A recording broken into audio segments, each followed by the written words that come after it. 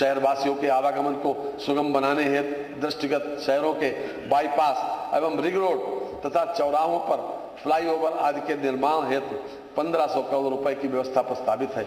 औद्योगिक logistic park हेतु मार्गों के चौड़ीकरण सुदृढ़ीकरण निर्माण कार्य हेतु 1000 करोड़ रुपए की व्यवस्था प्रस्तावित है।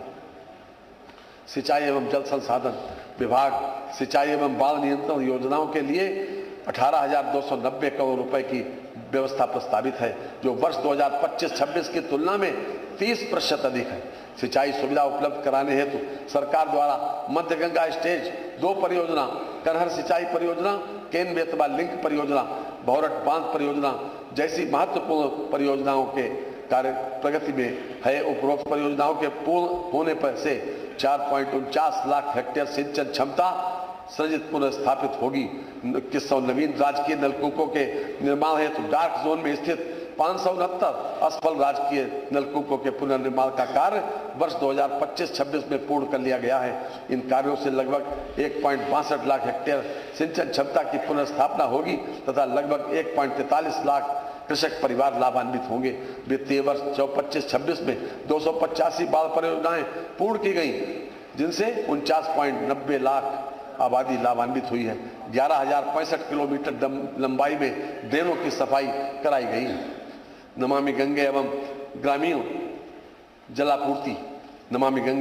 जलापूर्ति हेतु लगभग 22,676 करोड़ रुपए की व्यवस्था प्रस्तावित है।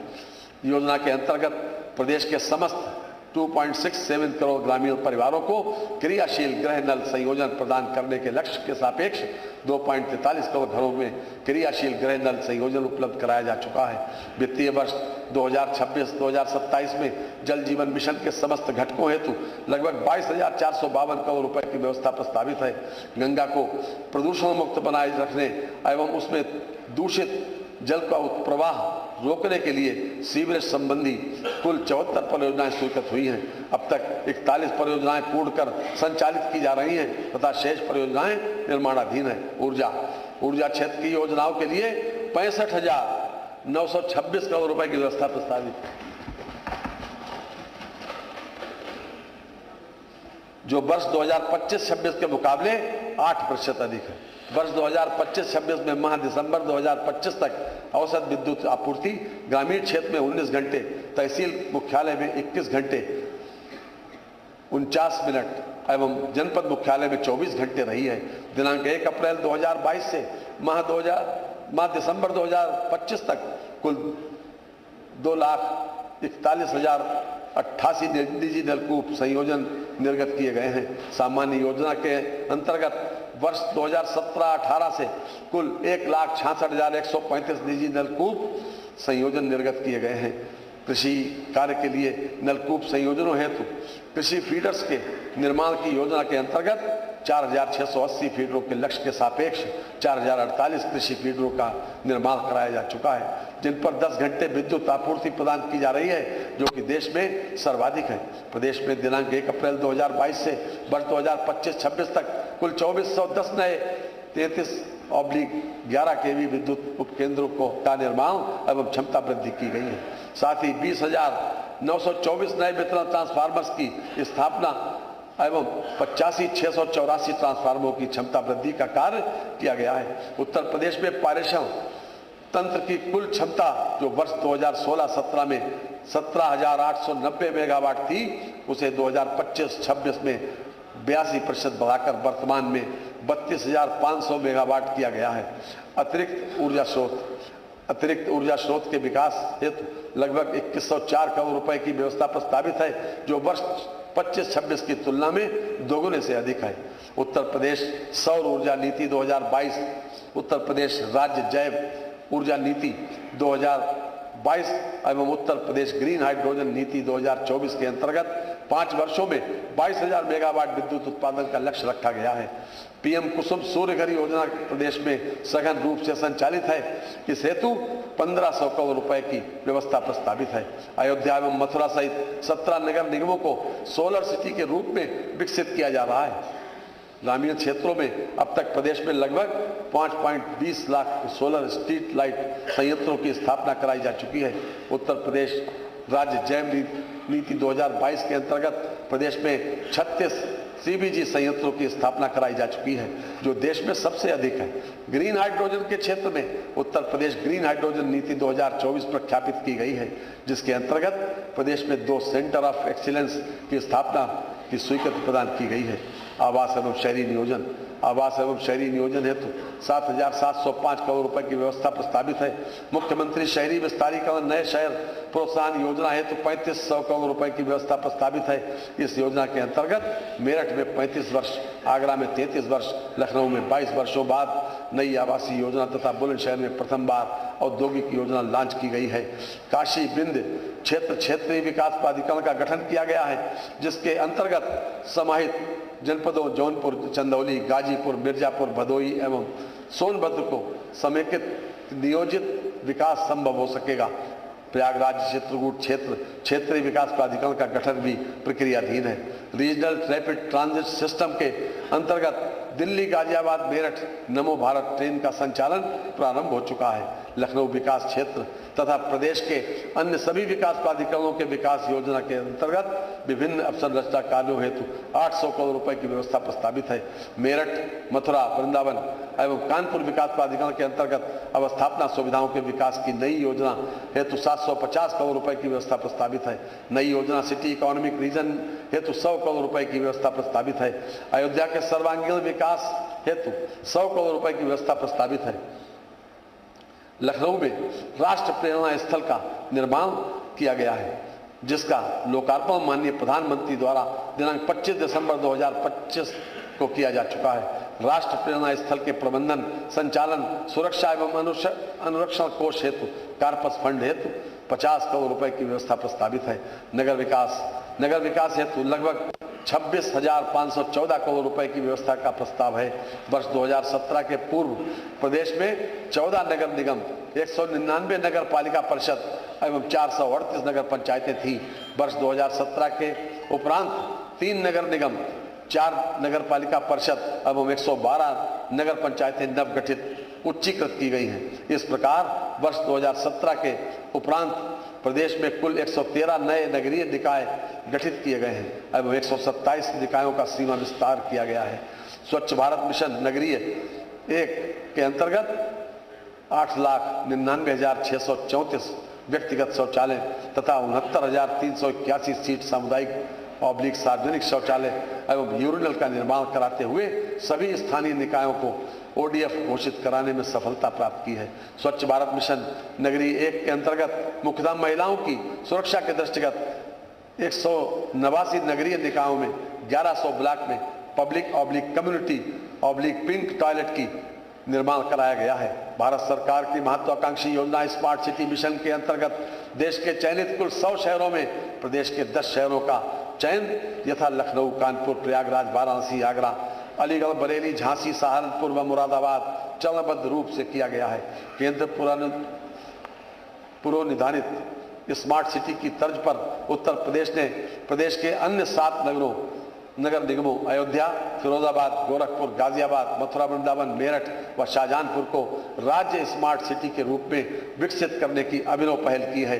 नागरिक उड्डयन हेतु 2111 करोड़ रुपए की व्यवस्था प्रस्तावित है। प्रदेश में हवाई कनेक्टिविटी को बढ़ाने के लिए प्रदेश सरकार द्वारा निरंतर प्रयास किए जा रहे हैं। इस उद्देश्य की पूर्ति भारत सरकार की रीजनल कनेक्टिविटी स्कीम RCS के माध्यम से की जा रही है। RCS स्कीम को और अधिक प्रोत्साहित करने के लिए राज्य सरकार द्वारा वर्ष 2017 में उत्तर प्रदेश नागर विमानन प्रोत्साहन नीति प्रख्यापित की गई है, जिसमें RCS के साथ साथ नॉन RCS उड़ानों के लिए प्रोत्साहन प्रदान किए जाने की व्यवस्था की गई है। जेवर एयरपोर्ट का एक एविएशन इनोवेशन एवं रिसर्च सेंटर के साथ रखरखाव और ऑपरेशन हब के रूप में विकसित करने की दिशा में प्रदेश सरकार अग्रसर है। जनपद गौतम बुद्ध नगर के जेवर में PPP मोड पर अंतर्राष्ट्रीय एयरपोर्ट के प्रथम चरण का विकास कार्य प्रशस्त है। राज्य सरकार द्वारा जेवर अंतर्राष्ट्रीय एयरपोर्ट में बनने वाले 2 रनवे की संख्या को बढ़ाकर 5 रनवे बनाए जाने का निर्णय लिया गया है। जेवर अंतर्राष्ट्रीय एयरपोर्ट की स्थापना हेतु 750 करोड़ रुपए की व्यवस्था प्रस्तावित है। प्रदेश सरकार की हवाई पट्टियों के निर्माण, विस्तार एवं सुदृढ़ीकरण तथा भूमि अर्जन हेतु 1100 करोड़ रुपए की व्यवस्था प्रस्तावित है। मनभर पिछली सरकारों के कार्यकाल में जिस प्रकार हमारी प्राचीन सांस्कृतिक धरोहरों की घनघोर उपेक्षा की गई, ये सर्वविदित है कि पर अब स्थिति बदल चुकी है। माननीय मुख्यमंत्री के मार्गदर्शन में अब हमने अपनी सांस्कृतिक धार्मिक धरोहरों के पुनरुत्थान का कार्य किया है, जिससे प्रदेश में पर्यटन को भी बढ़ावा मिला है और नए रोजगार सृजित हुए हैं। ये अलग बात है तुम न बदलो मगर जमाना बदल रहा है। ये अलग बात है तुम न बदलो मगर जमाना बदल रहा है। गुलाब पत्थर पे खिल रहे हैं, चिराग आंधियों में जल रहे हैं। धर्मार्थ श्री राम जन्मभूमि मंदिर अयोध्या धाम तक पहुंच मार्ग परियोजना के अंतर्गत श्री राम जन्मभूमि मंदिर अयोध्या धाम मुख्य पहुंच मार्ग रामपथ का निर्माण कार्य पूर्ण होने वाला है। जमधरा में प्रस्तावित वैदिक वेलनेस सिटी से श्री राम जन्मभूमि मंदिर पहुंच मार्ग के उच्चीकरण का कार्य कराया जा रहा है। काशी में वैदिक विज्ञान केंद्र के प्रथम एवं द्वितीय चरण का कार्य पूर्ण कर पठन पाठन का कार्य प्रारंभ हो गया है। जनपद मिर्जापुर के त्रिकोणीय क्षेत्र मां विंध्यवासिनी मंदिर, मां अष्टभुजा मंदिर, मां काली खोह मंदिर के परिक्रमा पथ एवं जन सुविधा स्थलों को विकसित किए जाने हेतु 200 करोड़ रुपए की व्यवस्था प्रस्तावित है। जनोपयोगी संरक्षित मंदिरों के जीर्णोद्धार एवं पुनर्निर्माण हेतु 100 करोड़ रुपए की व्यवस्था प्रस्तावित है। संस्कृति इमलिया कोडर बलरामपुर में थारू जनजाति संस्कृति संग्रहालय का निर्माण किया गया, जिसका लोकार्पण किया जा चुका है। रामनगर वाराणसी में पूर्व प्रधानमंत्री स्वर्गीय लाल बहादुर शास्त्री के पैतृक निवास पर संग्रहालय स्थापित कर आम जनता के लिए लोकार्पित किया जा चुका है। भारत रत्न माननीय अटल बिहारी वाजपेयी जी के पैतृक गांव बटेश्वर में सांस्कृतिक संकुल का निर्माण पूर्ण कर लोकार्पित किया जा चुका है। भारत रत्न डॉक्टर बाबा साहब भीमराव अम्बेडकर स्मारक एवं सांस्कृतिक केंद्र का निर्माण ऐशबाग लखनऊ में कराया जा रहा है। जनपद प्रयागराज में निषाद राज गुहा सांस्कृतिक केंद्र की स्थापना की गई। पर्यटन वर्ष 2025 में जनवरी से जून तक लगभग 122 करोड़ पर्यटक प्रदेश में आए, जिनमें से 121 करोड़ से अधिक भारतीय पर्यटक तथा 33 लाख से अधिक विदेशी पर्यटक शामिल हैं। मुख्यमंत्री पर्यटन स्थलों का विकास योजना है तो 500 करोड़ रुपए की व्यवस्था प्रस्तावित है। उत्तर प्रदेश श्री अयोध्या तीर्थ विकास परिषद द्वारा अयोध्या क्षेत्र में पर्यटन अवस्थापना विकास हेतु 150 करोड़ रुपए की व्यवस्था प्रस्तावित है। उत्तर प्रदेश श्री नैमिषारण्य तीर्थ विकास परिषद द्वारा नैमिषारण्य क्षेत्र में पर्यटन अवस्थापना विकास हेतु 100 करोड़ रुपए की व्यवस्था तथा ब्रज तीर्थ विकास परिषद द्वारा मथुरा में पर्यटन अवस्थापना के विकास हेतु करोड़ की व्यवस्था प्रस्तावित है। विंध्यवासिनी देवी धाम तथा वाराणसी में पर्यटक सुविधाओं के विकास हेतु 100 करोड़ रुपए की व्यवस्था प्रस्तावित है। नियोजन ग्रामीण क्षेत्रों में अवस्थापना सुविधाओं को सुदृढ़ करने के लिए त्वरित आर्थिक विकास परियोजना हेतु 2400 करोड़ रुपए की व्यवस्था प्रस्तावित है। सस्टेनेबल डेवलपमेंट गोल्स कार्यक्रम के अंतर्गत सामाजिक, आर्थिक एवं पर्यावरणीय क्षेत्रों में निर्धारित किए गए लक्ष्यों को वर्ष 2030 तक प्राप्त किए जाने हेतु प्रदेश सरकार निरंतर प्रयत्नशील है। एक परिवार एक पहचान के तहत प्रदेश के सभी परिवारों को विशिष्ट पहचान प्रदान की जा रही है। कुल 4 करोड़ परिवारों एवं 15.62 करोड़ व्यक्तियों की फैमिली आईडी सृजित की जा चुकी है। प्रदेश एवं केंद्र सरकार के 32 विभागों की 98 महत्वपूर्ण योजनाओं को फैमिली आईडी के डाटाबेस के साथ इंटीग्रेट किया जा चुका है। ग्राम विकास की योजनाओं के लिए लगभग 25,500 करोड़ रुपए की व्यवस्था प्रस्तावित है। मनरेगा तथा राष्ट्रीय ग्रामीण आजीविका मिशन हेतु क्रमशः 5544 करोड़ रुपए एवं 4580 करोड़ रुपए की व्यवस्था प्रस्तावित है।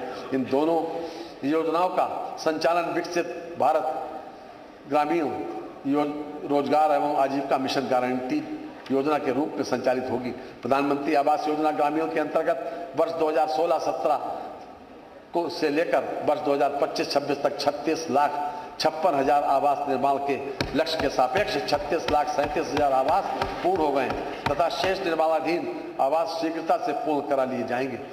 योजना हेतु 6,102 करोड़ रुपए की व्यवस्था प्रस्तावित है। मुख्यमंत्री आवास योजना ग्रामीण के अंतर्गत वर्ष 2018-2019 से लेकर 2025-26 तक कुल 4,61,000 आवास निर्माण लक्ष्य के सापेक्ष 3,67,000 आवास पूर्ण हो गए हैं तथा शेष निर्माणाधीन आवास शीघ्रता से पूर्ण करा लिए जाएंगे। प्रधानमंत्री ग्राम सड़क योजना हेतु 822 करोड़ रुपए की व्यवस्था प्रस्तावित है। पंचायती राज की योजनाओं के लिए लगभग 32,090 करोड़ रुपए की व्यवस्था प्रस्तावित है, जो वर्ष 2025-26 की तुलना में 67% अधिक है। स्वच्छ भारत मिशन ग्रामीण द्वितीय चरण वित्तीय वर्ष 2020-21 से संचालित है। मिशन हेतु 2,823 करोड़ रुपए की व्यवस्था प्रस्तावित है। प्रदेश में ग्राम पंचायत